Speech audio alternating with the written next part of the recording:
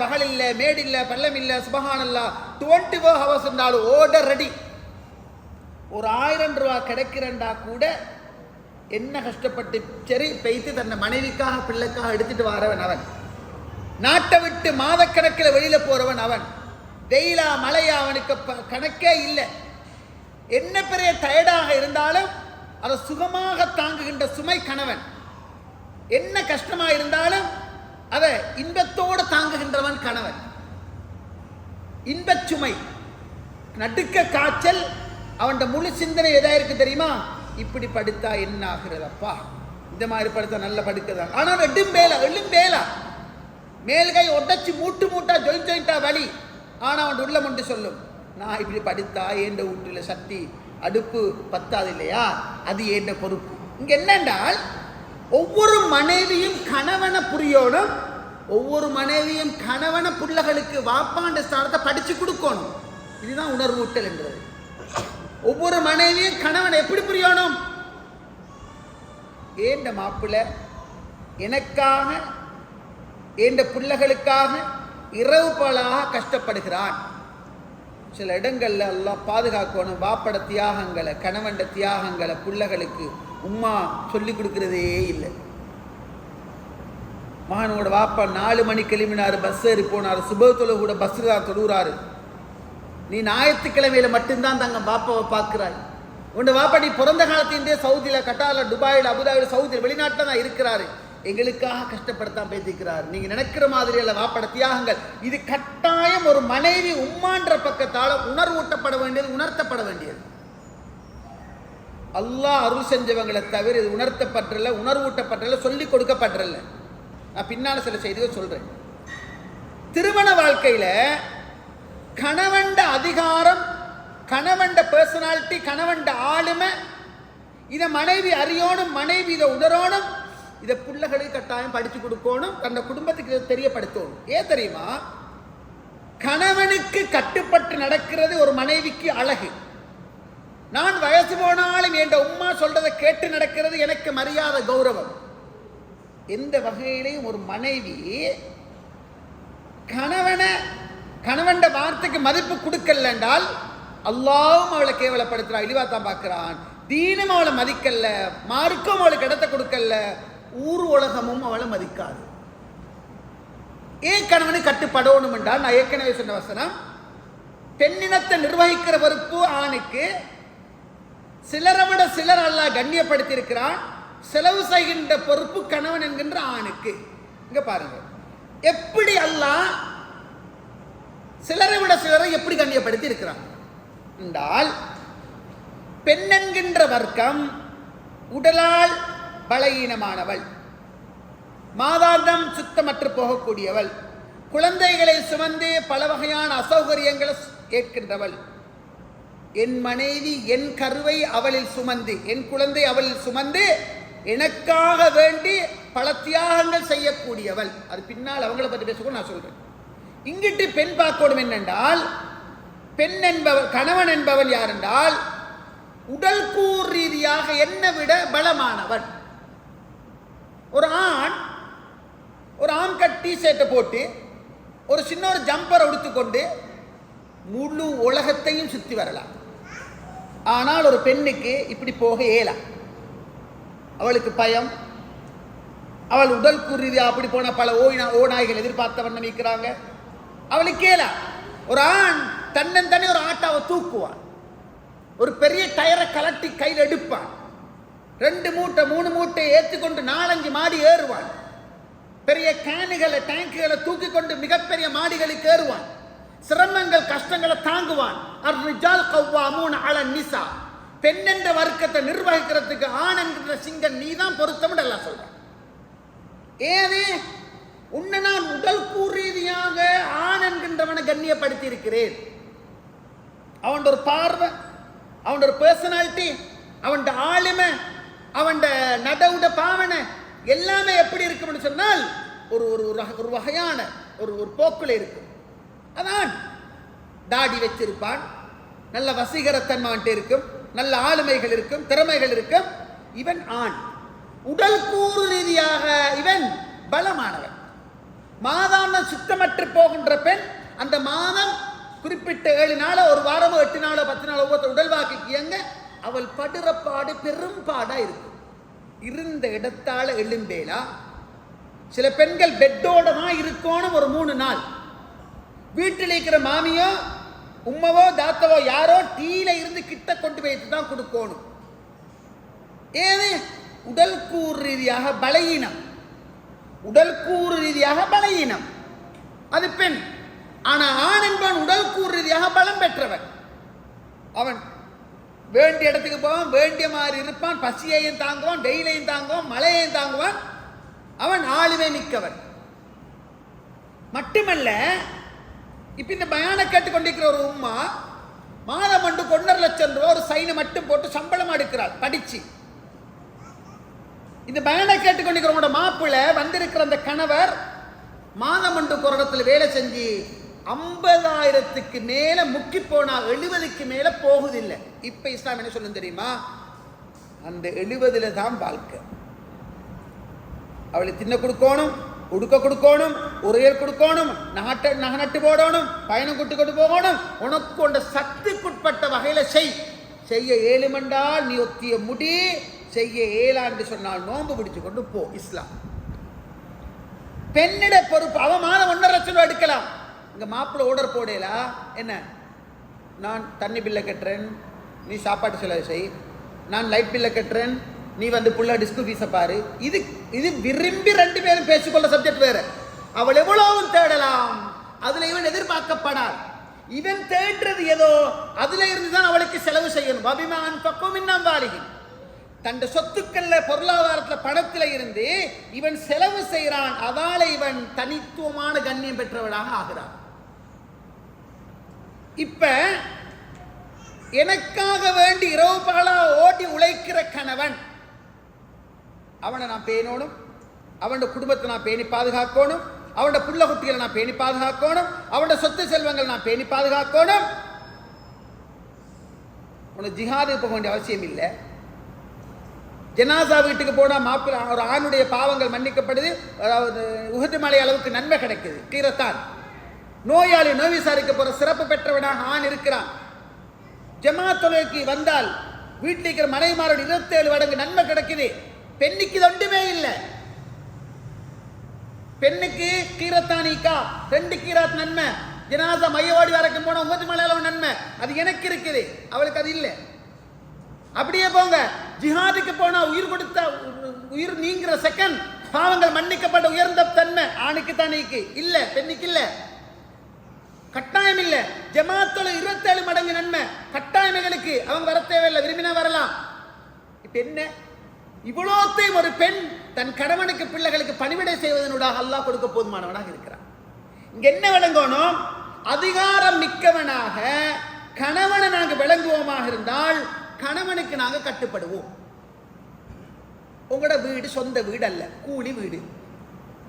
மாதம் ஒன்றுக்கு 30,000 ரூபாய் வீட்டு கூலி, மாதம் ஒன்றுக்கு 5,000 ரூபாய் தண்ணி பில், மாதம் ஒன்றுக்கு 8,000 ரூபாய் கரண்ட் பில், மாதம் ஒன்றுக்கு மனைவிக்கு ஊட்டிக்கிற பிள்ளைகளுக்கு பெஷர் டேப்லெட், அந்த டேப்லெட், இந்த டேப்லெட், அது வேற. அங்கிட்டு போனா மருத்துவம் வேற, சாப்பாடு வேற, பயணம் வேற. 2.5 லட்சம் 2 லட்சம் அவனுக்கு தேவை. ஒரு பெண்ட சிந்தனை வேற. ஏன் அல்லாஹ் ஆணுக்கு கட்டுப்பட சொல்றான்?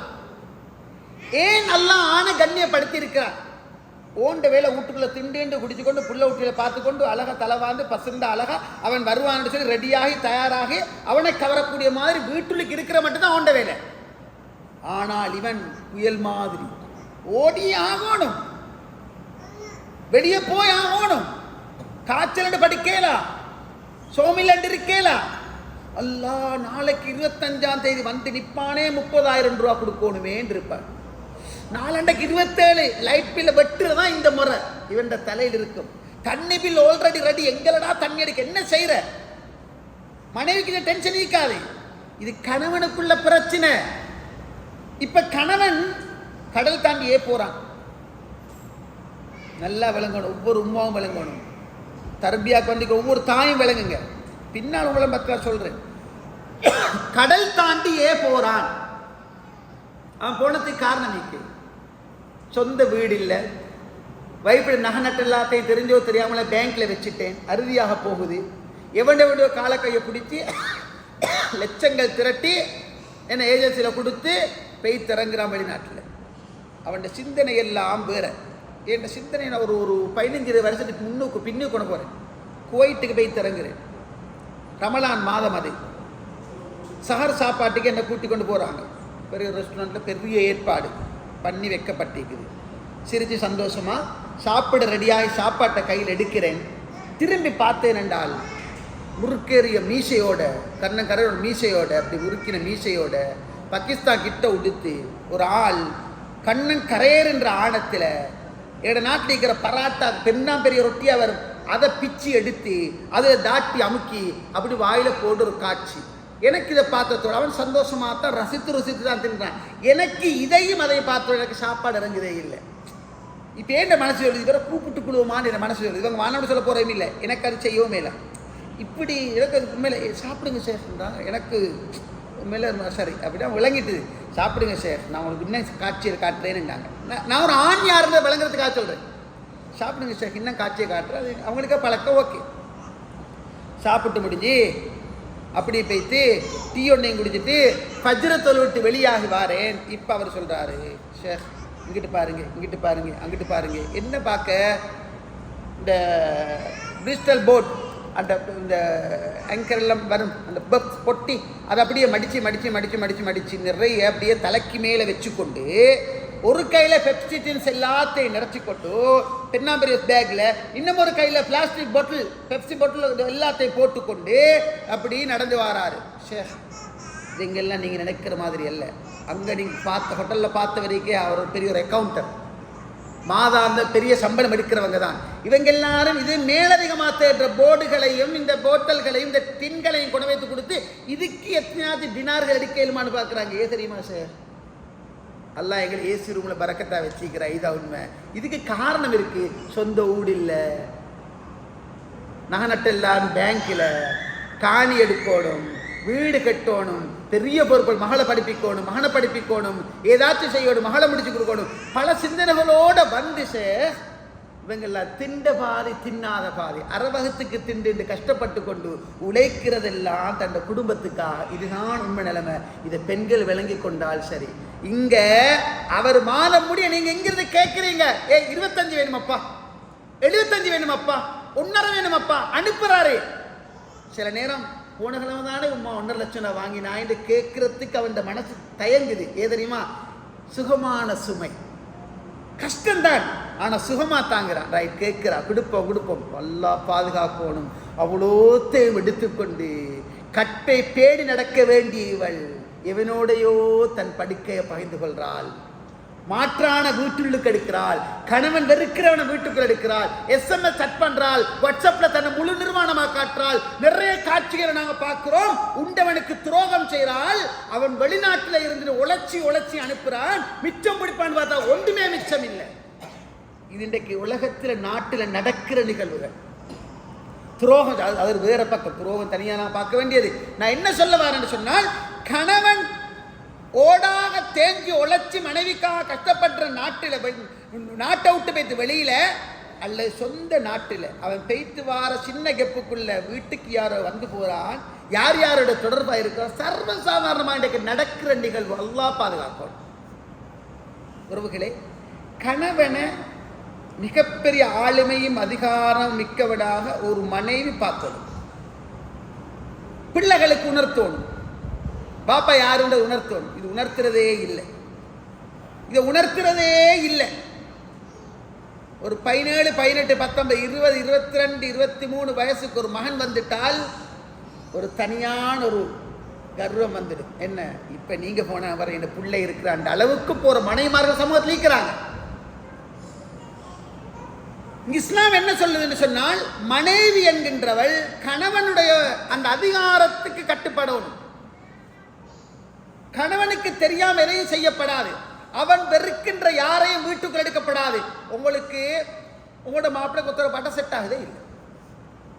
ஆகுதே இல்லை. ஆனால் அவரை முழு ஊரும், முழு நாடும், முழு உலகமே தங்கம் தங்கம்னு சொல்றாங்க. உங்களோட மாப்பிள்ளைக்கு அவரை பார்த்தாலே பிடிக்குதில்லை. அவர் நல்ல ஒருத்தர், நல்ல மார்க்கத்தோடு இருக்கிறவர், தீனோடு இருக்கிறவர். ஆனால் அவட மாப்பிள்ளை சொல்றாரு, எனக்கு கட்ட செட் ஆகுறதே இல்லை, உங்களுக்கு மட்டும்தான் செட் ஆகுறது இல்லை, எனக்கு மாப்பிள்ளைக்கு செட் ஆகல என்றால் எந்த பெரிய மகானா இருந்தாலும் வீட்டுக்குள்ள அவன் வரப்படாதுன்னு மாப்பிள்ளை சொன்னால் எடுக்கப்படாது. அது இஸ்லாம்.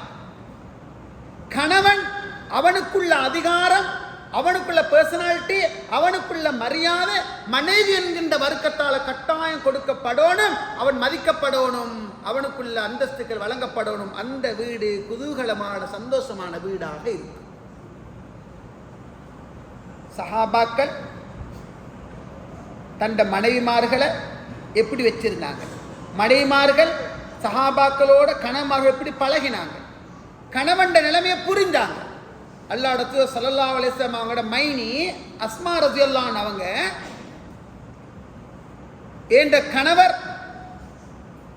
அவர கணவருக்காக வேண்டி நீண்ட தொலைவுக்கு போவான்.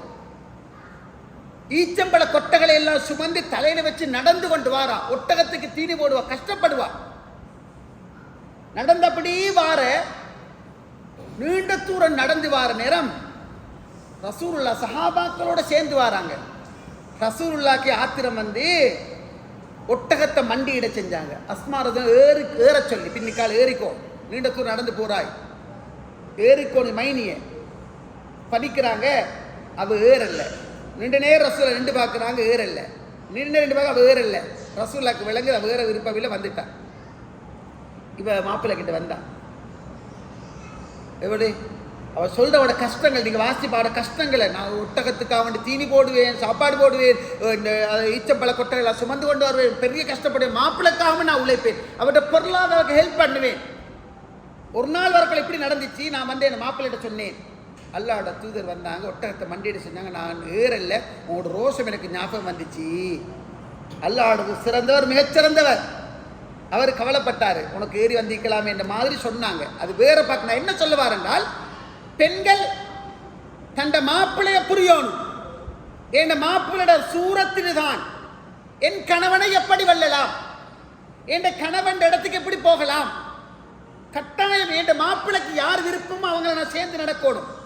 யாரை விரும்பலையோ அவர் வானம் என்றவங்க நான் எடுக்கக்கூடாது. இந்த தன்மை இருக்கணும். கணவனுக்குள்ள அதிகாரத்தை விளங்கணும், கணவனுக்கு முழுமையா கட்டுப்படணும். அந்த வாழ்க்கை சிறப்பான வாழ்வாக இருக்கும். அடுத்தது வாங்க மனைவி. மனைவின்றவள் யார்? கணவன் சபை நிறைய விஷயங்கள் என்ன வீக்கு நேரமிடம் கொடுக்காது. இங்கிட்டு மனைவி அவள் யார்? யாரோ ஒரு தாய்க்கும் தந்தைக்கும் பெண் குழந்தையாக பிறந்து வளர்ந்து தன்னை 5-6 வயசுக்கு பின்னால் யாருக்குமே காட்டாமல் முழுமையாக மறைத்து ஒழுக்கத்தோடு தன்னை முழுமையாக பேணி கற்பொழுக்கம் பேணி வளர்ந்தவள் பெண். உங்களுக்கு திருமணம் முடிச்சுத்தார் அந்த நாள் வரைக்கும் தன் தாய்க்கு பக்கத்தில் தான் படுப்பார். தூங்கினவள் தான் அவள். இந்த கவுன்சிலிங்னு சொல்லி சில கேஸுகள் வாரையா, மாப்பிள்ளை அங்கே வந்திக்கு உங்களோட பேச போகல, சார் எனக்கு சின்ன ஹெல்ப் பண்ணுவேன், என்னம்மா செய்யணும் உனக்கு சொல்லுன்னு கேட்டால், நான் என் உம்மோட வீட்டுக்கு போய்த்து என் உம்மைக்கு பக்கத்தில் கொஞ்சம் உம்மாவை கட்டி பிடிச்சி கொண்டு படுத்திட்டு வரணும், எனக்கு அதுக்கு ஒரு வாய்ப்பை பெற்று தாரீங்களான்னு கேட்குறார். சின்ன பிள்ளைகள் மாதிரி.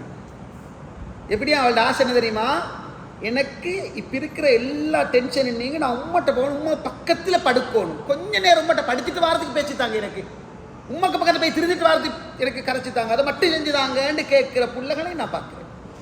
என்ன தெரியுமா, முதலாவது பெண் என்றவள் நீங்கள் இப்படி வேணாங்க. இப்போ ஆண் சம்பந்தமாக சில செய்திகள் சொன்னேன், கடைசிகள் சரியிருந்தால் கேட்டுக்குங்க.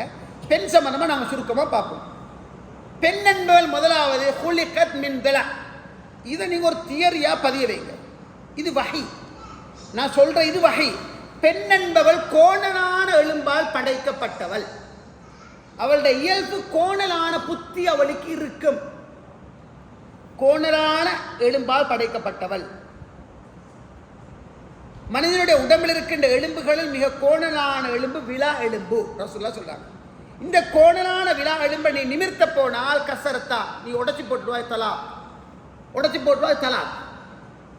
மனிதா, ஓண்ட மனைவி கிட்ட என்ன குறைய பிழைய தவற நீ பார்க்கிறாயோ, அது நடத்த கட்டு போகாத, மானபங்கத்தோடு சம்பந்தப்படாத, ஒழுக்கத்தோடு சம்பந்தப்படாத ஏனைய விஷயங்களா இருந்தால் உன் மனைவி நீ விட்டுடாத. நீ இதுக்கு போற 1 2 3 4 நீ முடிச்சாலும் உனக்கு பெண்ணுடைய இயல்பை நீ விளங்கி நடந்துட்ட. எனக்கு இவள் சரிவாள் இன்னும் ஒன்றை நீ முடிச்சு பாரு, இதை விட பெரிய படுகொலியா தான் அது இருக்கு. அதையும் சரிவா என்ன முடிச்சு பாரு, கஷ்டத்தான் உன் மனசு நினைக்கும். எவ்வளோ பேர் நான் பார்த்துட்டேன் திருமண பந்தத்தில் வல்லாஹி அலீம் 2வது 3வது 4வது பேசிட்டு என் ஃபெஸ்ட் மாதிரி வரல மோரவி, எனக்கு கொஞ்சம் பேசி தர மாட்டீங்களா, ஏதாச்சும் ஐடியா சொல்ல மாட்டீங்களா, இப்படி கேட்குற பலரை நான் பார்க்குறேன். இது என்ன தெரியுமா காரணம்? திருமண வாழ்க்கையில் ஒரு பெண் என்பவள் யார் என்றதை மார்க்க ரீதியில் நாங்கள் படிக்கணும். இதுக்கு அந்த தத்துவம் இந்த தத்துவம் அந்த கவுன்சிலிங் இந்த கவுன்சிலிங் ஒரு கவுன்சிலிங் போகல, மார்க்கம் தான் கவுன்சிலிங். என்கிட்ட கவுன்சிலிங் வரவங்களுக்கு அல்லாஹ் பாதுகாக்கணும் என்ற எந்த தியரியும் என்ன மண்டையில் நான் முழுக்க பேசுகிறெல்லாம் குர்ஆன் ஹதீஸை கொடுத்தா அனுப்பியாச்சு போ, எதிர்பார்த்ததை விட தங்கமாக மாறி போகிற என்ற அல்லாட மார்க்கத்தை விட பெரிய கவுன்சிலிங் இல்லை. உளவளத்துணை குர்ஆன் சொன்னாதான். இங்கே பெண் என்பவள்ட தன்மையை நாங்கள் எப்படி புரியணும்னு சொன்னால் கோணலான எலும்பால படைக்கப்பட்டிருக்கிறாள். அப்போ இயல்பு என்ன தெரியுமா, கோணலான புத்தி இருந்துட்டே இருக்கும். நாட்டை ஆளுகின்ற ஜனாதிபதி பெண்ணாக இருந்தாலும், என்னை பெற்ற உங்களை பெற்ற தாய் பெண்ணாக இருந்தாலும், நான் முடித்திருக்கிற நீங்க முடித்திருக்கிற மனைவி பெண்ணாக இருந்தாலும், நான் பெற்ற நீங்கள் பெற்ற மகள் பெண்ணாக இருந்தாலும், உலகத்திற்கிற எல்லா பெண்களுடைய இயல்பும் ஒன்று தான். ஆயிஷா சித்திகா ரலியல்லாஹு அன்ஹா ஒரு பெண், மனித இயல்பு இருந்துச்சு. ஒரு பெண் மனித இயல்பு. என்ன மனித இயல்பு? அல்லாஹ்வுடைய தூதர் ஆயிஷா நாயகியோட வீட்டில் நிற்கிற நாள் அது. இந்த நாள் பார்த்து இன்னும் ஒரு மனைவர் உணவு தட்டு அனுப்பினார், தெரிஞ்ச வரலாறு. அந்த உணவு தட்டை எடுத்து ஆயிஷா நாய் கீழே போட்டுட்ட மாதிரி உடைச்சாச்சு. ரசூலுல்லாஹ் பெண்ட இயல்பு புரிஞ்சாங்க. என்ன தெரியுமா, இவருக்கு கையோங்கி அடிச்சு சரிவாரம் இல்லை, ஏசி சரிவாரம் சாத்தியம் இல்லை. ரசூலுல்லாஹ் குடிஞ்சாங்க, அதை அப்படியே எடுத்துக்கொண்டு போனாங்க, வேற தட்டை மாற்றி கொடுத்தாங்க. நபித்தோழருக்கு முன்ன சொன்னாங்க, கதுகார தும்முக்கும், உங்களோட உமக்கு ரோஷம் வந்துட்டு பார்த்தீங்களான்னு சொன்னாங்க. வாழ்க்கை செழிப்பாக போகும். என்ன விளங்கணும், ஓங்கி பலாறு அரைஞ்சு போட்டுட்டு ஏன் கட்ஸை காட்டினு சொன்னா உங்களோட வாழ்க்கை சந்தோஷமா போகாது. வாழ்வு சந்தோஷமாக மகிழ்ச்சியாக போகணுமாக இருந்தால் பெண்ணுடைய இயல்பு தன்மை விளங்கணும். என்ன இயல்பு? மாதாந்தம் பெண் என்கின்ற ஒவ்வொருத்தருக்கும், அது முஸ்லிமாக இருக்கட்டும் முஸ்லிம் அல்லா இருக்கட்டும் யாராக இருக்கட்டும், ஒவ்வொரு பெண்ணுக்கும் மாதாந்தம் அவள் நோய்வாய்ப்படுவாள், சுத்தமற்று போவாள், அவளுக்கு பெரிய வருத்தங்கள் வரும், அவளால் தாங்க இயலாத கஷ்டங்கள் வரும், வயிற்றை கட்டி பிடிச்சு கொண்டு உருளுவாள் பெறலுவாள். நீங்க ஒரு வாப்பாவாக உங்களோட மகளை பார்க்க போது உங்களுக்கு கண்கள் கலங்குது, என் புள்ளி இப்படி கஷ்டப்படுறாள் என்று சொல்லி. என்ன செய்ய, பெண்ணா பிறந்தா அனுபவிக்கத்தாம. இப்ப பெண்ண இயல்பை புரியுங்க. ஏற்கனவே ஆணுடைய இயல்பை சொல்லிட்டேன், அதை ஒவ்வொரு பெண்ணும் விளங்கணும். இப்போ உங்களோட மனைவியுடைய இயல்பை புரியுங்க. இவள் பலகீனமானவள், சம்பந்தமே இல்லாம முகத்தை தூக்கி கொண்டிருப்பாள், சம்பந்தமே இல்லாம டென்ஷன் ஆகும், சம்பந்தமே இல்லாம ஒப்பிட்டு பேசுவாள், சம்பந்தமே இல்லாம சும்மா அழுவாள், சம்பந்தமே இல்லாம சிரிப்பாள். மென்டல் அல்ல. பேசி பார்த்தால் அல்லாட காவல். இதா விஷயம் நீங்க யோசிப்பீங்க. இந்த பாருங்க, நீங்க வீட்டை விட்டு வெளியில பேசிட்டு வாரீங்க, என்ன தலையில பிரச்சனை? இப்ப செக் ரிட்டன், ஒருத்தனோட கைகலப்பான சல்லி தர வேண்டிய தரல, வைஃபுக்கு பெஷர் டேப்லெட் எடுக்க கூட கையில் ஒரு 100 ரூபா சல்லி இல்லாத நிலவே கவலையோட வீட்டுக்கு வாரீங்க. வந்தால் மோத தூக்கி கொண்டிருக்கிறேன். அஸ்ஸலாமு அலைக்கும், சலாமில் ஒன்றுமில்லை, அப்படி இருக்க உங்களுக்கு எப்படி இருக்கு, மழை பாயும், இழுத்து குத்துவமான்னு நினைப்பீங்க. நான் பார்க்குற பலரை பேசுகிறாக்கள் கண்டிக்கிறேன். இப்போ என்ன, இவருக்கு இப்போ நடுக்கம், நட்டோ இது தொலை சுட்டுடுவோமாட்டெல்லாம் யோசிக்கிறேன். இப்போ காரணம் சொல்லாமல் தணிக்கிறேன். இவரும் பார்க்குறேன், என்ன காரணம்னு கேட்டால் காரணம் சொல்லாலும் இல்லை, புட்டு பிக்கின மாதிரி கரைச்சாம கேட்கிறாள், என்னென்று விளங்கில, என்னடா இது அரிச்சாத்தி இப்படி யோசிச்சு கொண்டு பேசாமல் விட்டுட்டு போமா அப்படின்னு பைத்து சின்ன அடுத்த பிள்ளைய கூப்பிட்டு விசாரிச்சு பார்த்தால் கடைசி பிள்ளைக்கு வயிற்றோட்ட பெம்பஸ் இல்லையா, அல்லது என்ன கிராபிக்சர் முடிஞ்சா மருந்து. இது சொன்னதானே விளங்கும் போது எனக்கு தெரியாது, சொல்றல்ல மோத தூக்கி கொண்டு நான் என்ன செய்ய. இங்க என்ன தெரியுமா நீங்க விளங்கணும், உங்களோட தலையில் இருக்கிற பிரச்சனை என்ன, ஒரு சதம் கிடைக்கல, செக் ரிட்டன் ஆகிட்டு பெரிய டென்ஷனோட வீட்டுக்குள்ள போறேன், வீட்டுக்குள்ள வந்தேன்னு சொன்னால் இவள் வேற மோரக்கட்டை தூக்கி கொண்டிருக்கிறார். என்ன நடக்குது ஒன்றே விளங்கல, மழை தற்கொலை மட்டும் ஹலால் தான், நான் தற்கொலை செஞ்சிடுவேன். இவர் அப்படி டென்ஷன் ஆகிறாரு. நீ டென்ஷன் ஆகப்படாது. என்ன விளங்கணும், இது பெண் கோடனால் எலும்பால படைக்கப்பட்டிருக்கிறாள். நிச்சயமா என்ற உண்மையோட கொள்கை இருப்பாள் மாமியோட. அப்படி இல்லையா, ஏதாச்சும் ஒரு வேலை நடந்திருக்கும். இல்லைன்னா என்ன சரி ஒன்று இருக்கும். நான் இப்ப என்ன செய்வோம், நான் படித்தவன், மார்க்கத்தை கட்டுறது கொஞ்சம் கூலா போ. எப்போ நினைக்கணும், நான் நீ வா, நீ பணிஞ்சு வா, நடக்காது. ஒரு நாள் நடக்காது. 7 மணி நீங்க இருந்து பாருங்க. அல்லாஹ் தாலா ஆணை பலகீனம் என்று சொல்றான், பெண்ணை அல்லாத பெண்ணை பலகீனம் என்றான், ஆணை பலம் என்றான். ஆனா இன்னும் ஒரு உளவியல் என்ன தெரியுமா, ஆண் உள்ளத்தால் பலகீனமானவன், பெண் உள்ளத்தால் பலமானவன். உடம்பால் ஆண் பலமானவன், உடம்பால் பெண் பலகீனமானவன். உள்ளத்தால் ஆண் பலகீனமானவன். ஏன் பலகீனமானவன் தெரியுமா? இந்த பாருங்க, ஒருத்தர் சொல்றாரு, ஷேக் யாருக்கும் மனைவி மட்டும் ஃபெஸ்ட்டுக்கு மகிழ்த்தா போய்த்து மாப்பிள்ளை மட்டும் வாழவே படாது என்றார். ஏன்னு கேட்டேன், அவளுகள் எப்படியாச்சும் வாழ்ந்துக்குள்ளாங்க மௌலவி, எங்களுக்கு அது சாத்தியமே இல்லை. தஹஜத்துக்கு எழுப்புவாள், எனக்கு ஒரு டீ ஊற்றி தருவாள், எனக்கு பக்கத்தில் உட்காந்து பேசி கொண்டிருப்பாள், அந்த தங்கம் மகிழ்த்தா போய்த்தாள். ஆனால் இப்போ நான் உணர்றேன், 9 மணி 9:30 மணிக்கு தான் மௌலவி டீ ஒன்று கிடைக்குது. மகளை குத்தம் சொல்லலாம். ஆனால் யாருமே மனைவியை இழந்து வாழப்படாது. ஏன் தெரியுமா, அது மிகப்பெரிய சோதனை. இதெல்லாம் நீங்க பாக்குறீங்க, 4 மாசம் 10 நாளைக்கு பின்னால வந்து அல்ஹம்துலில்லாஹ் அல்லாஹ் அருளால புள்ளகளை வளர்த்து இன்னொரு கல்யாணம் முடிச்சா புள்ளகளுக்காக வாழ்ந்து கெட்ட பேர் வாங்காம சாதிச்சு வாழ்றாள். ஏ தெரியுமா, உள்ளத்தால் அவள் பலம். இவர் துண்டு துண்டா பேசிடுவாரு. 2 பேருக்கு ஒரு போட்டி வந்தா பேசுறத முடி செஞ்சு பாருங்க, யாரு தோக்குறோம். மாப்பிள்ளை மாதிரி தான் பெரும்பாலும் தோப்பாங்க. அவங்க நேரம் அவங்க வெற்றி தான் இருப்பாங்க. நீங்களாக பேசி பேசும் வரைக்கும் சில பேர் வித்தியாசமா இருப்பாங்க. நீங்களாக பேசி அஸ்ஸலாமு அலைக்கும் போட்டு பேசி ஏதாச்சும் ஒன்று சொல்லி நெருங்கினாலே தவிர பல வீடுகள்ல மனைவி பேச மாட்டான். இது நான் பார்க்கிறது. எங்க வார கேஸுகள்ல ஒவ்வொருத்தர் சொல்ற நிறைய பார்த்திக்கிறேன். இங்க என்னென்றால் மனைவிட இயல்பா புரியணும். இந்த மனைவி வர்க்க பெண் வர்க்கத்துக்கு நல்லா வச்ச சில இயல்புகள் நியதிகள் இருக்கிற அந்த நியதியை நாங்க விளங்கிட்டோம் என்றால் பிரச்சனையே இல்லை வாழ்க்கையில. ரசூலுல்லாஹ் சொன்னாங்க, எந்த ஒரு ஆணும் எந்த ஒரு பெண்ணை முகத்தில் அறையவானாம் என்றாங்க. யார் முகத்தில் அறையிற அவன் ஆம்பிளியே இல்லை, அவன் அசிங்கமானவன். கோவம் வந்து ஓங்கி முதல்ல பலாறு மோட்டலான அறையிற ரசூலுல்லாஹ் தடுத்தாங்க.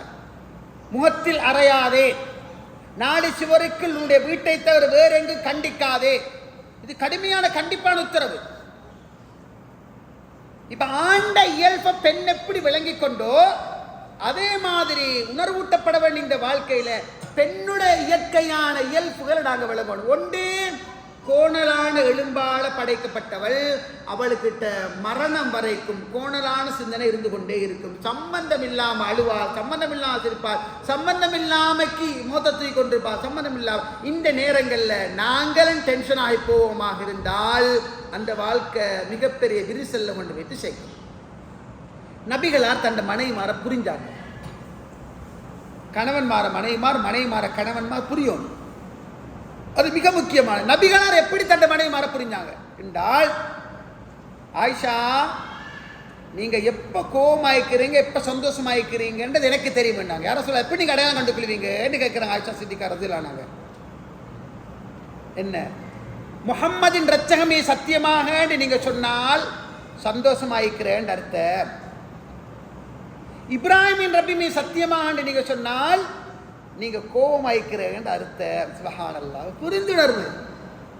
எங்கேயுமே மனைவிய கணவனை மனைவி விட்டு கொடுக்கப்படாது, விட்டு கொடுக்கவே படாது. ஏண்ட மாப்பிள்ளை அப்படி இல்லை இருந்தாலும் புறவுக்கு பேசி தீர்த்துக்கோங்க. ஏண்ட பொம்பளை அப்படி இல்லை. இன்றைக்கு பெரிய முசீபத் என்ன தெரியுமா, எதிர்பார்த்து கொண்டே இருக்கிறது. பொங்கலோட தவறுகளை ஜோடிச்சு தண்டத்துகள் எல்லாத்தையும் போட்டு போட்டு போட்டு போட்டு மண்டையில் வச்சு குடும்பமே சேர்ற ஒரு ஃபங்க்ஷன் எதிர்பார்த்து கொண்டிருக்கிறது. முழு குடும்பமே சேர்ந்த ஒரு சந்தோஷமான நாள். இந்த நாளில் மனைவியை கூப்பிட்டு பலார் 2 கணத்துக்கு சல்லார் பலார்னு அரைஞ்சிட்டால் ஓடி வந்து உம்மா கையை மோந்து கொள்ற, என் தங்கம் நீ தான் என் மகன் தான், மைனி மாறல தங்கச்சி மாதிரி தாத்தா எல்லாம் ஓடி வந்து மோந்து கொள்ள, கட்டி பிடிச்சி மோந்து கொள்ற. எங்கட சின்ன விட்ட மனைவி வைஃபுக்கு இது கவலை, சந்தோஷப்பட நீ கேடு கட்ட வேண்டாம். அடையாளம் 4 பேருக்குள்ள கண்டிக்காதுன்னு சொல்ற மார்க்கம் இஸ்லாம், முகத்தில் அறையாதுன்னு சொல்ற மார்க்கம் இஸ்லாம், பிழை இருந்தா 2 பேரும் பேசி தீர்த்து கொண்டு சொல்ற மார்க்கம் இஸ்லாம். இதுல இயல்பு மட்டும் விளங்குங்க. நாங்க அவங்கள கோபம் உண்டாக்கி கொண்டு சும்மா சிக்கல்களை ஏற்படுத்தி கொண்டு போவோமோ அப்ப அவங்க உங்களுக்கு துரோகம் செய்யறதுக்கு முன் வந்துடுவாங்க. நான் பார்த்ததுல கண்டதுல லாஹவுலாக்கத்துல நிறைய விஷயங்கள்ல இந்த சப்ஜெக்ட் நான் பார்த்தேன். என்ன தெரியுமா, ஆறுதலாக பேசினார். கற்பனையே பண்ண முடியாத குடும்பம் அது. ஒழுக்கத்தில் உச்சகட்டத்தில் இருந்த குடும்பம் அது. மார்க்கத்தில் டொப் லெவலில் இருந்த குடும்பம் அது. எவனோ ஒத்தனோடு இவள் SMS போட்டாள், சட் பண்ணினாள், தொடர்பானாள். பின்னணியை தேடி பார்த்தால் என்ன தெரியுமா?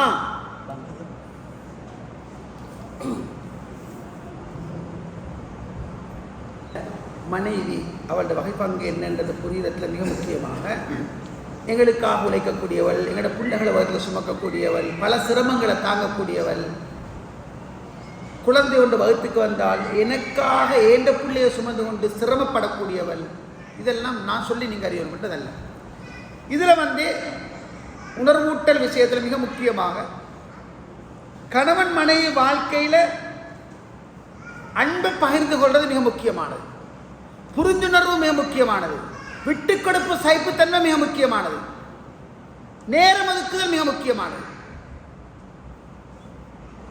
ரசூலுல்லாஹ்வுடைய வாழ்க்கை நெடுகலை பார்க்க எங்களால் மனைமாருக்கு உரிய அன்பு காட்டப்பட இல்லை என்று சொன்னால் அன்பை தேடுவாங்க. அந்த அன்பு வேற யாருக்கிட்டே கிடைக்குதுன்னு சொன்னால் துரோகம் நடக்க ஆரம்பிக்கும். இன்றைக்கு நிறைய நடக்குது. நீங்கள் தின்ன கொடுக்குறீங்க, உடுக்க கொடுக்குறீங்க, பயணம் கொடுத்துக்கிட்டு போகிற நகை நட்டு சுப்ஹானல்லாஹ் அவ்வளோத்தையும் நீங்கள் செய்கிறீங்க. உங்களோட தங்கம் உசிரீண்டு பழகுவாங்க. ஆனால் அவங்களுக்கே தெரியாமல் ஒரு துரோகம் அங்கே நடந்து கொண்டிருக்கு. இன்றைக்கு நிறைய நடக்குது. பின்னணி என்ன தெரியுமா? அவர்கிட்ட நான் பேச நெருங்கினால் சார் என்ன கணக்கெடுக்கிறேன், என்ன அவங்களோட உம்மோட முன்னுக்கு தாத்தமாரோட தங்கச்சி மாரோட முன்னுக்கு என்ன கேவலப்படுத்தி இழிவுபடுத்தினேன். அந்த நேரங்கள்ல எல்லாம் என் மாப்பிள்ளோட நானோட மகன் எனக்கு உடந்தையா இருந்து நெருக்கமாக இருந்து என் மனசை ஆற்றுப்படுத்தினேன், என்னோட நெருக்கமாக பேசினேன். நான் ஏற்று பேசினாலும் காது கொடுத்து லிசன் பண்ணி அமைதியாக கேட்கிற அவர் தான். எனக்கு அவரோட சரியான இறக்கம். சில நேரம் மாப்பிள்ளை விட்டுட்டு அவனோட போகிற லெவலில் அவள் நிற்கிறாள். தெரியுமா? நீங்கள் என்ன தின்ன கொடுத்து வேலை, உடுக்க கொடுத்து வேலை, பயணம் கொடுத்து வைத்து வேலை இல்லை, என்ன நேரம் ஒதுக்கி பேசல என்று சொன்னால் அல்லாஹ் பாதுகாக்கணும், மிகப்பெரிய பிரச்சனை எதிர்கொள்ள வேண்டி வரும். அல்லாஹ்வோட தூதர் ஸல்லல்லாஹு அலைஹி வஸல்லம் தஹஜ்ஜத்துக்கு எழும்புவார்கள். மூமின்களின் தாய் ஆயிஷா சித்திகா ரலியல்லாஹு சொல்றாங்க, நேரம் மிச்சம் இருந்தால் தஹஜ்ஜத் நேரத்தில் என்னோட வந்து உட்கார்ந்து கதைத்து கொண்டிருப்பார்கள். இது ரசூலுல்லாஹ்வோட வழிமுறை. தன் மனைவிமாரோட நேரம் ஒதுக்கி பேசினாங்க என்று வரலாறு சொல்லுது. அப்ப இன்றைக்கு திருமண வாழ்க்கையில நிறைய பேர் வாழ்க்கையில பிரச்சனை காரணம் நேரம் ஒதுக்காமை. பியோஜி கிட்ட போகணும், ஓண்ட பிள்ளையத்தை சுமந்துட்டு இருக்கிறாங்க.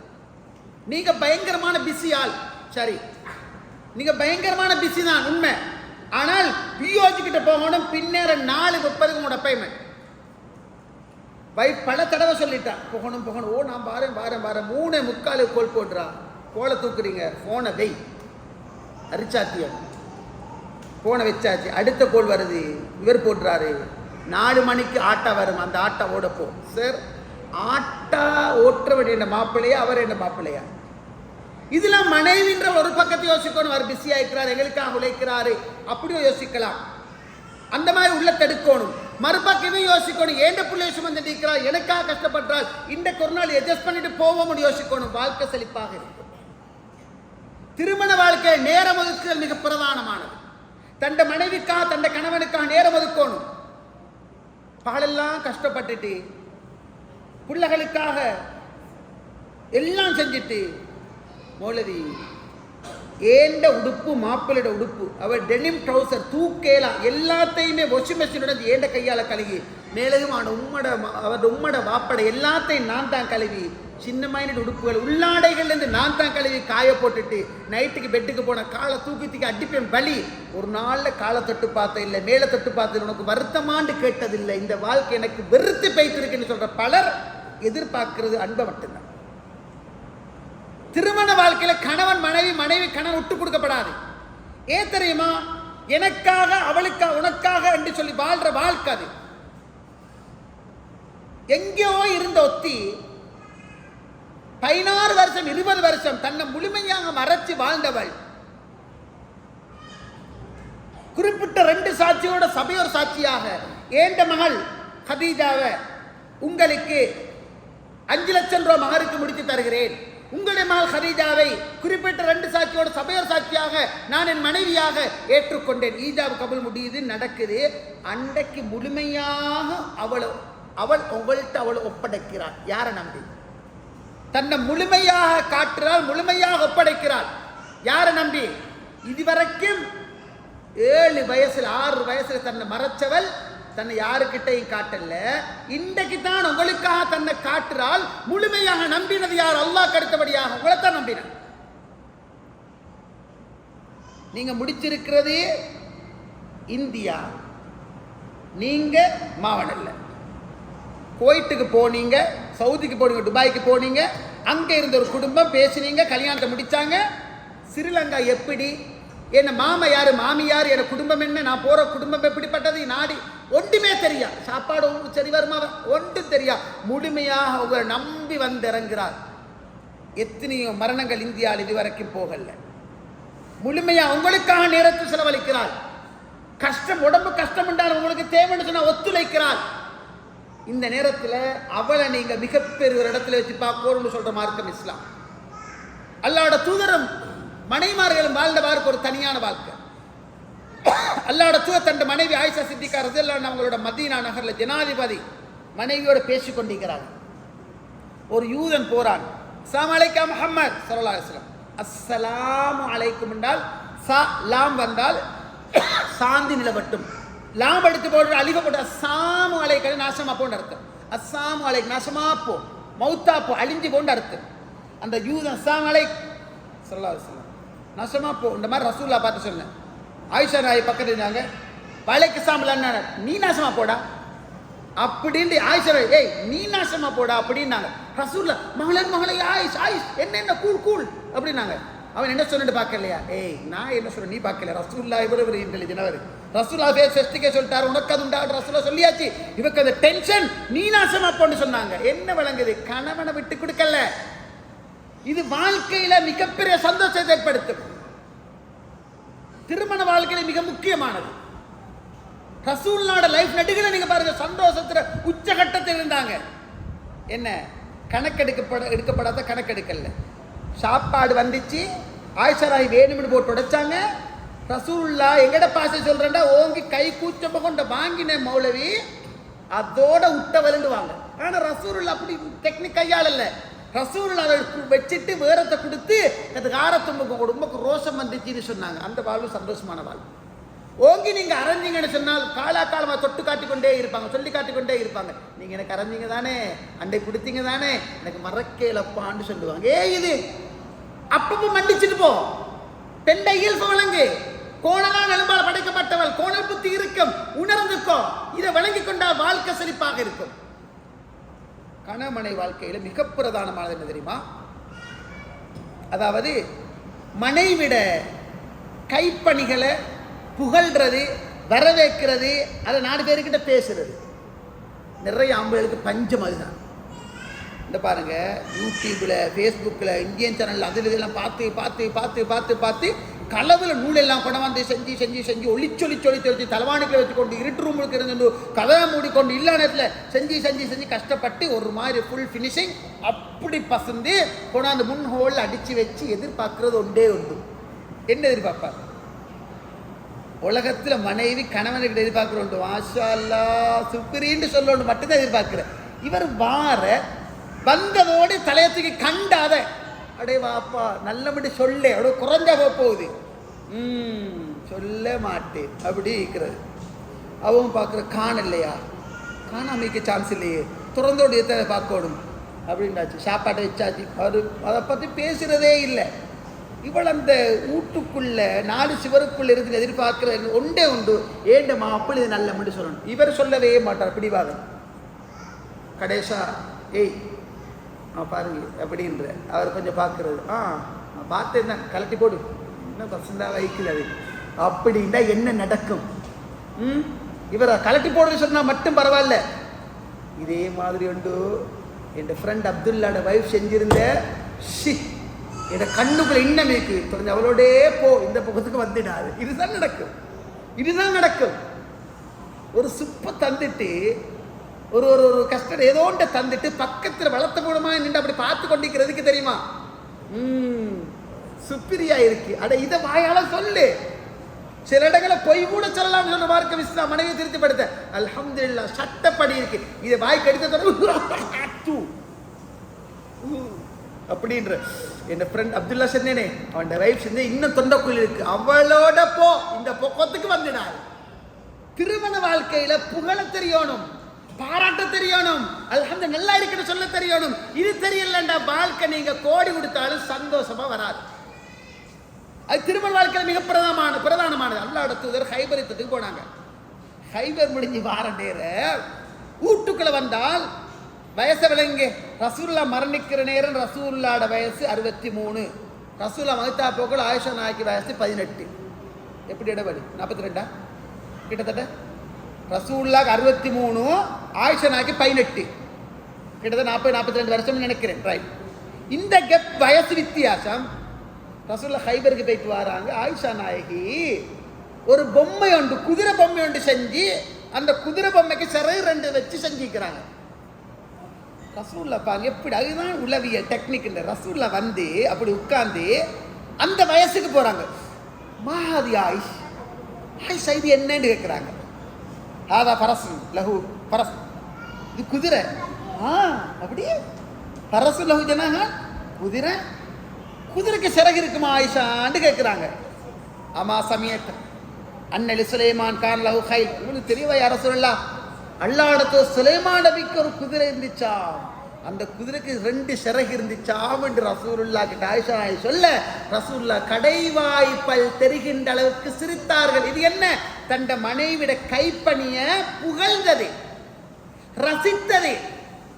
இதை கொஞ்சம் ரசித்து நல்லா இருக்குன்னு சொன்னா குறைஞ்ச போகுது. இதால் அன்பு இன்னும் நெருக்கமாகும். இதை ஒப்பிட்டு பேசினால் முசீபத் இன்னும் கூடும். ஒப்பிட்டு பேசுறது, அவள் செஞ்சது, அவன் வைஃப் செஞ்சது, சட்டப்படி ஒரு கவுன் அவ பசங்க கிட்ட உடுத்து கொண்டு வந்து உங்களோட முன்னுக்கு நின்றா இதை கண்டுகொள்றதே இல்லை. ஏய் இது நான் நீங்க எனக்கு வாங்கி தந்து அப்படின்னா, இதே மாதிரி ஒன்று தான் அவன் வைஃப் பிடித்திருந்தேன்னு சொன்னா என்ன நடக்கும், சந்தோஷம் இல்லை, பிரச்சனை தான் வரும். அப்ப திருமண வாழ்க்கை இந்த பக்கம் மிக முக்கியமான. ரசூலோட லைஃப் நெடுகளையும் பாருங்க, சந்தோஷங்களை, இந்த சந்தோஷங்களை நாங்க வரவழைச்சுக்கிறோம். ஏண்ட வீட்டுக்கு உங்களோட வீட்டுக்கு நான் நீங்க தான் எடுத்துக்கணும். மன்னிக்கணும், விட்டு கொடுக்கணும், புறக்கணிப்பு, கண்டுகொள்ளாம, இதெல்லாம் இருந்தால் வாழலாம். ரசூல் சலாசமாங்க தன் மனைவியோட ஓடி பிடிச்சி விளையாடினாங்க. வாழ்க்கையில பார்க்க ஓடி பிடிச்சி விளையாடினாங்க. ரசூலுல்லாஹ் சஹாபாக்களோட போறாங்க. ஆயிஷாவுக்கு ஒரு விபரீதமான ஆசை. என்ன ஆசை, ஏண்ட மாப்பிள்ளையோட நான் ஓடணும். ரசூலுல்லாஹ் ஓடுவோமா, சரி தோழர்களே கொஞ்சம் முன்னுக்கு போவோம், உங்களோட உம்மா தாய் ஆயிஷா ஓடோடும் என்று விரும்புறா, எல்லாம் முன்னுக்கு போயாச்சு. ரசூலுல்லாஹ் ஆயிஷா நாய் ஓடினாங்க. ரசூலுல்லாஹ் செகண்ட், ஆயிஷா நாய் ஃபர்ஸ்ட். திட்டமிட்டு நடந்துட்டா என்னன்னு தெரியல. ஓகே, இன்னும் ஒருத்தர் ரசூலுல்லாஹ் கேட்குற, ஆயிஷா இந்த ஓடுவோமா, ஓடுவோம் யார் ரசூலுல்லாஹ். 2 பேரும் ஓடினாங்க. ரசூலுல்லாஹ் ஃபர்ஸ்ட், ஆயிஷா நாய் செகண்ட். ஆயிஷா நாய் என்ன சொன்னாங்க, அன்றைக்கு நான் மெலிஞ்சிருந்ததால ஃபர்ஸ்ட் வந்தேன், இந்த கொஞ்சம் உடம்பு வச்சத்தால செகண்ட் ஆகிட்டேன்னுட்டாங்க ஸல்லல்லாஹு அலைஹி வஸல்லம் மனைவி. இது திருமண வாழ்க்கை.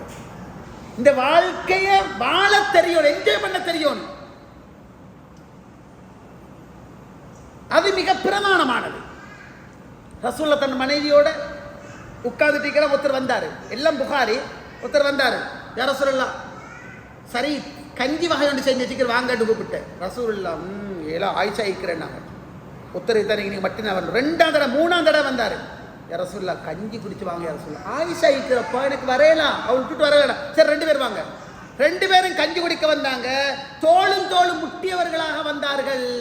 வயதிலே பார்த்தால் 42 வருஷம் வித்தியாசம். அப்படி ஒரு திருமணம் நடந்தால் தங்க நீங்க கொஞ்சம் முன்னுக்கு போங்க, நான் பின்னால வரேன். பாப்பா மகளும் ஆண்டு கேட்கிறாங்க. நாங்க 4 பேருக்குள்ள மாப்பிள்ளை பொம்பளை தான் நாங்க சொல்லுவோம். ஆனா அங்க தோளும் தோளும் முட்டியவர்களாக வந்தார்கள். வரலாறு நாங்க பார்க்கிறோம்.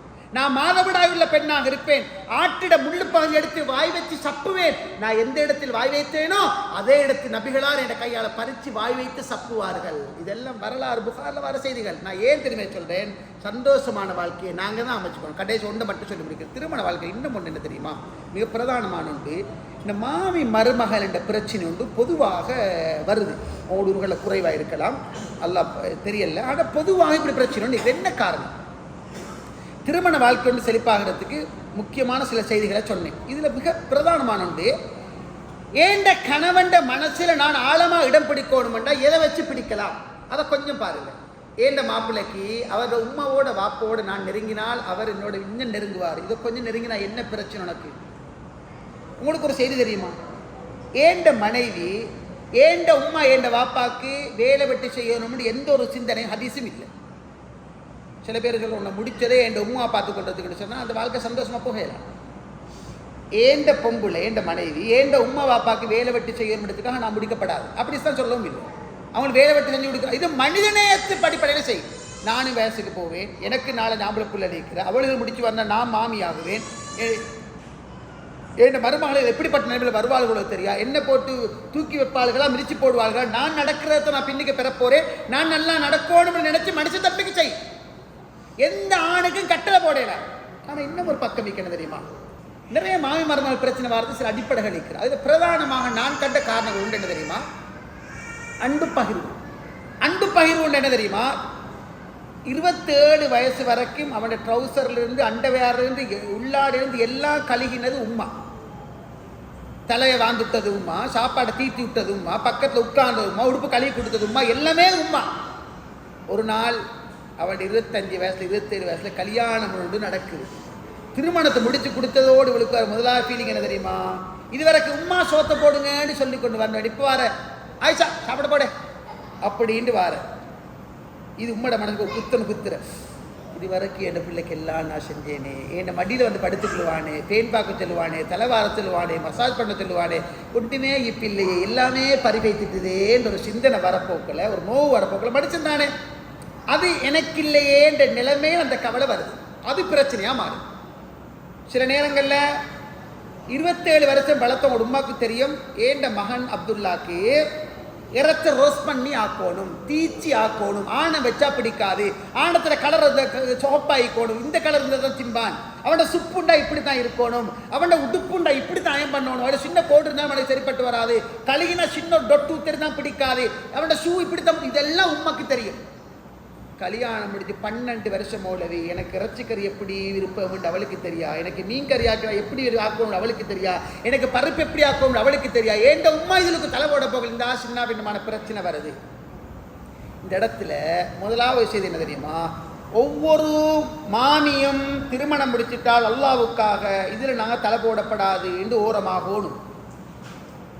சில நேரம் ஓரமாகிறதுக்கு மனசு இடம் கொடுக்காது, அந்த பாசம் இடம் கொடுக்காது.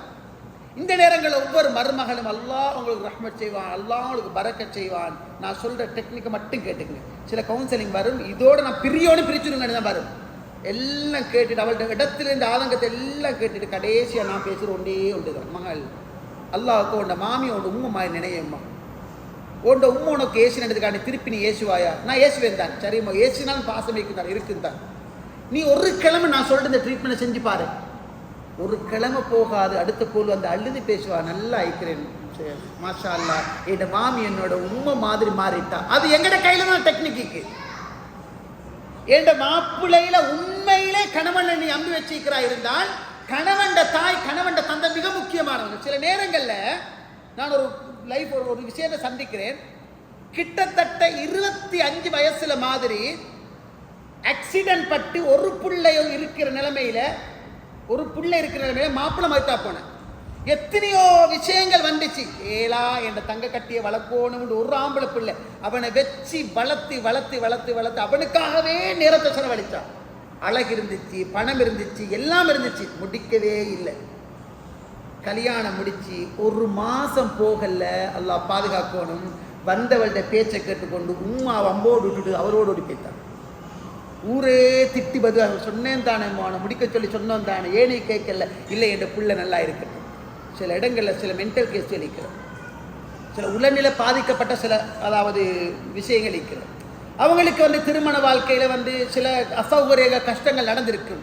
அதை என்ன செய்வாங்கன்னு சொன்னால் தன்னை பிள்ளை வாழ்க்கையில் அப்ளை பண்ணி பார்ப்பாங்க. அவள் சந்தோஷமாயிருக்கிற மகள் அது உம்மக்கே பிடிக்காது. சில இடங்கள் இது நோய். சில நேரங்களில் மகன் சந்தோஷமாயிருக்கிற உம்மக்கே பிடிக்காது, இது நோய். இந்த நேரங்களில் மருமகன் வாரவங்க முடிவெடுக்கணும். என்ன தெரியுமா? நான் 2 சைடையும் பேலன்ஸ் பண்ணணும். இதில் உண்மையில் ஒரு ஆணாக இருந்து சொல்கிறேன், உலகத்தில் ஒரு ஆணுக்குள்ள மிகப்பெரிய சோதனை தெரியுமா? மனைவியை உண்மையை பேலன்ஸ் பண்ணுறது மிகப்பெரிய சோதனை. அதுக்கு கூட்டு குடும்பமாக இருந்தால் மனைவியை பேலன்ஸ் பண்ணுறா, உம்மா பேலன்ஸ் பண்ணுறா, உம்மா கேஸ்னா இவருக்கு பிரச்சனை, இவருக்கு கேஸ்னா உமக்கு பிரச்சனை. இப்போ நீங்கள் மனைவி கிட்ட சொல்லி வச்சுக்கணும் என்ன தெரியுமா, நான் உன்னோட உசிர்மா இதுதான் இருக்கிறேன், என் உம்மாவை எனக்கு சில இடங்களை விட்டு கொடுக்கலா, அல்லாக்கா நீ என்னை மன்னிச்சுக்கோ, செய்ய வழி இல்லை, அவங்களோட முன்னுக்கு உனக்கு கேஸ்னா நீ கண்டுக்கொள்ளாத, எந்த காரணம் உன்னோட நான் கோபம் இல்லைன்ற நீங்கள் சொல்லி வச்சுக்கணும். என்ற தாயுடைய உள்ள புண்பட்டால் எங்களோட வாழ்க்கையில் மிகப்பெரிய சோதனைகள் வரும். அவங்களோட பத்வா மிகப்பெரிய முசீபத்துகளுக்கு ஏற்படுத்தும். அப்போ இதில் சில இடங்களை டெக்னிக்கோட சில விட்டு கொடுப்புகளோட நெகிழ்த்தன்மையோட பயணிக்க தெரிஞ்சிருக்கணும். கணவன் மனைவி வாழ்க்கையில மாமி என்கின்ற அந்த கதாபாத்திரம் அவள் இல்லை என்றால் இந்த நல்ல மாப்பிள்ளை எனக்கு எங்கால, அவள் உம்மாவா இருந்து பெத்தி எனக்கு தந்து வளர்த்து சாலிகானுத்ரா தந்திக்கிறாரே அல்ஹம்துலில்லாஹ். நான் என் மாமி எது சொன்னாலும் கண்டுகொள்ள மாட்டேன். நான் படித்த ஒரு மருமகள், பண்பான ஒரு மகள், அவள் எது செஞ்சாலும் பிரச்சனை இல்லை, நான் மன்னிச்சு போறேன்னு நீங்கள் வாழ்ந்து பாருங்க. உங்களுக்கு 2-3 ஆம்பளை பிள்ளைகள் இருக்கும், அவன் கல்யாணம் படித்து 2-3 மருமகள் வீட்டுக்குள்ள வருவாங்க. அப்போதான் நீங்கள் உணர்வீங்க அல்ஹம்துலில்லாஹ் என் மனைவி என் மாமியோடு நான் நடந்த அந்த தன்மைக்கு அல்லாஹ் எனக்கு இன்றைக்கு பரக்க செஞ்சு நல்ல தங்கமான மருமகள் தந்து வச்சுக்கிற, என்னை தூக்கி வச்சு பார்க்க ஆளுகள், என் கஷ்டங்கள் பங்கு கொள்றார்கள், என் மலத்தை கூட கையால் எடுக்கிற அளவுக்கு ஒரு மருமகள் அல்ல எனக்கு தந்திக்கிறேன்னு சொன்னால் அன்றைக்கு என் மாமியை நான் நயந்து அன்போடு போனதுதான் காரணம் என்று உணர்ற காலம் மிக்க தூரத்தில் இல்லை.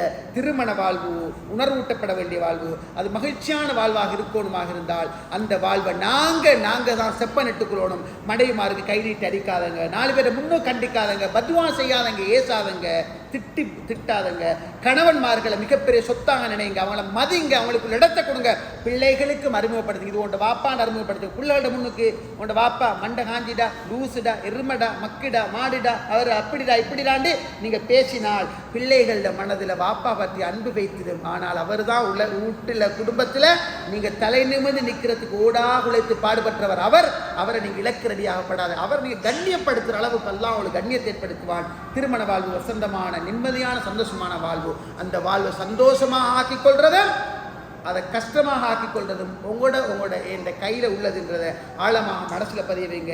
மனைவிமார்களுக்காக நேரம் ஒதுக்குங்க, கணவன்மார்களுக்காக நேரம் ஒதுக்குங்க. கணவன் எதை விரும்புகிறோ அதை செய்யுங்க.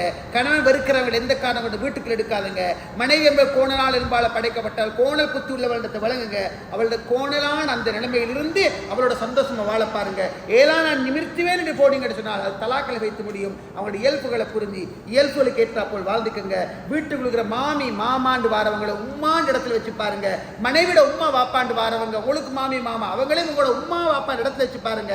உங்களோட வாழ்க்கை வசந்தமான செழிப்பான வாழ்வாக இருக்கும். இன்றைய தர்பியா அமர்வில் எதையெல்லாம் பேசணுமோ கேட்டோமோ அதையெல்லாம் எங்களோட வாழ்க்கையில் குர்ஆன் சுன்னாவாக இருக்கின்ற பட்சத்தில் ஏற்று பின்பற்றி நடக்கிறது எங்களுக்கு வாஜிப் பண்ணுறதை மனதில் கொண்டு அது முழுமையாக எங்களோட வாழ்க்கையில் ஏற்று நடந்து அல்லாஹ்வுடைய உயர்பெரிய அருளை பெற்று விசாலமான மகபிரத்தை பெற்று சந்தோஷமான மனமான மனவாழ்வாக வாழ்ந்து மடியக்கூடியவர் நல்ல பாக்கிய பெற்றவர்கள் யாரோ அப்படிப்பட்ட நல்லவர்கள் எல்லோரும் அல்லாஹ் தஆலா ஆக்கியருவானாக.